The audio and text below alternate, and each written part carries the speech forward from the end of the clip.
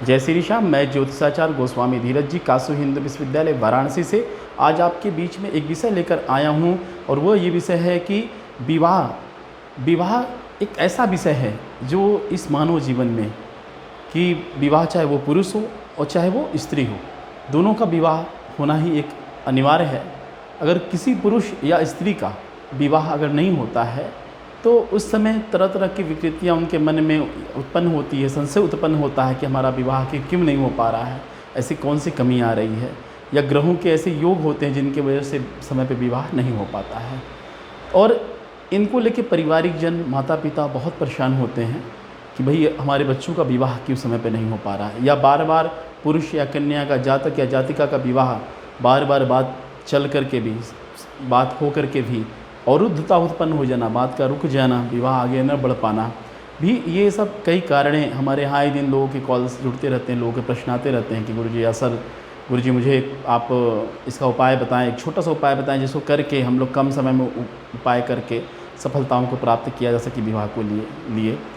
आए दिन ये प्रश्न हमारे यहाँ आता रहता है, लेकिन एक ऐसा ये विषय है कि कोई ये मार्केट में या बाज़ार में बिकने वाली चीज़ नहीं है इसे आप खरीद लिए, पैसा आपने खर्च किया और ख़रीद लिया और आपने विवाह संपन्न कर लिया, ऐसा नहीं है।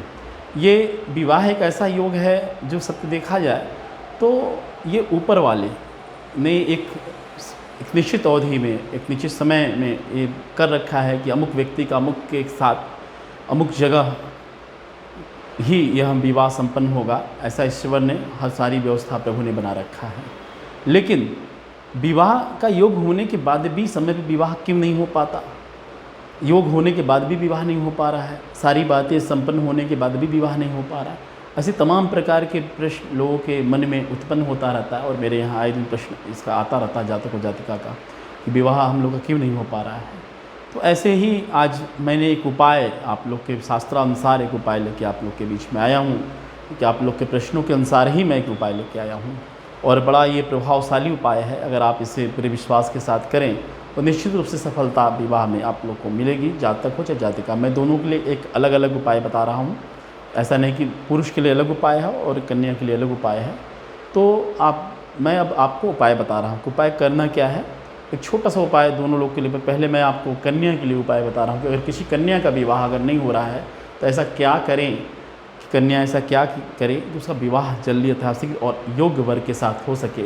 उसके लिए करना है छोटा सा कार्य आपको कि बृहस्पतिवार के दिन सुबह प्रातःकाल सूर्य उदय होने के बाद प्रातःकाल में स्नान करने के उपरांत, सूर्य को जल देने के उपरांत, आप लोटे में किसी पात्र में आप गंगा जल ले लीजिए। गंगा जल अगर उपलब्ध नहीं तो शुद्ध जल कोई भी ले लीजिए, और लेने के बाद शुद्ध जल आप लेकर के वो महादेव जी के मंदिर चले जाइए और उस जल में आप थोड़ी सी हल्दी डाल लीजिएगा, हल्दी का पाउडर डाल लीजिएगा, और 5 गांठ हल्दी खड़ी ले लीजिएगा।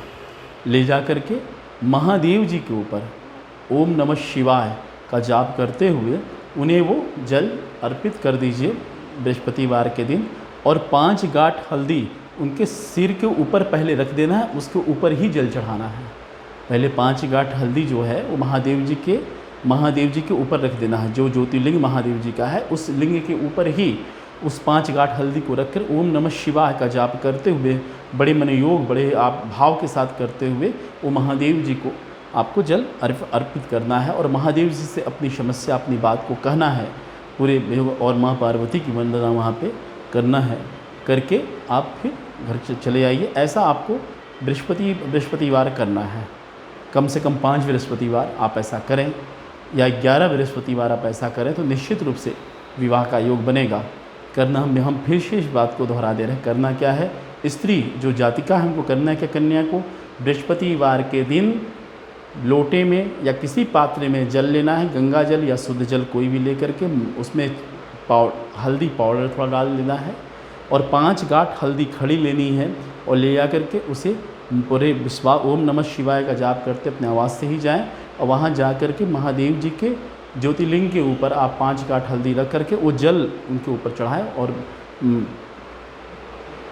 बेलपत्र, पुष्प और जो माला जो कुछ उपलब्ध हो प्रभु को भोग लगाएं, उनको दही घी सब कुछ भोग लगाएं, उनकी एक छोटी सी आरती करें महादेव की।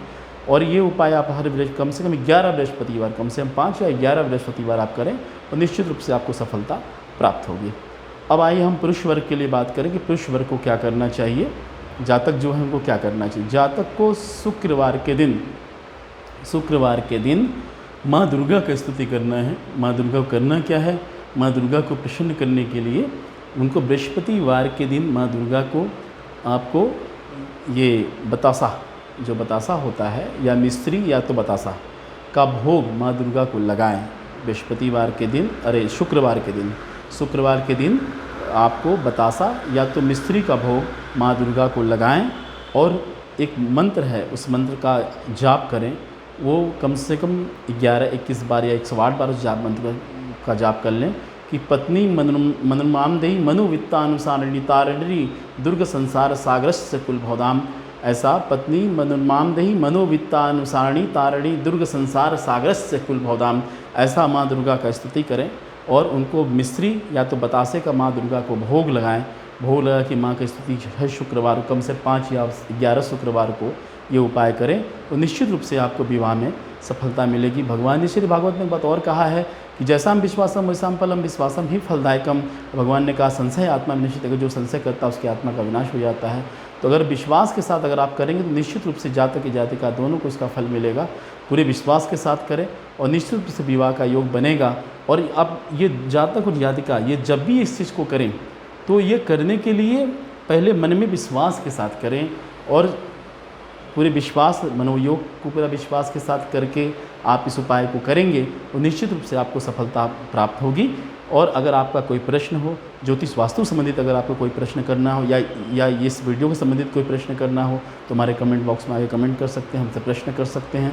हमसे हमारे व्हाट्सएप पे अपना नंबर आप शेयर करके हमसे बात कर सकते हैं। इन्हीं शब्दों के साथ जय श्री श्याम।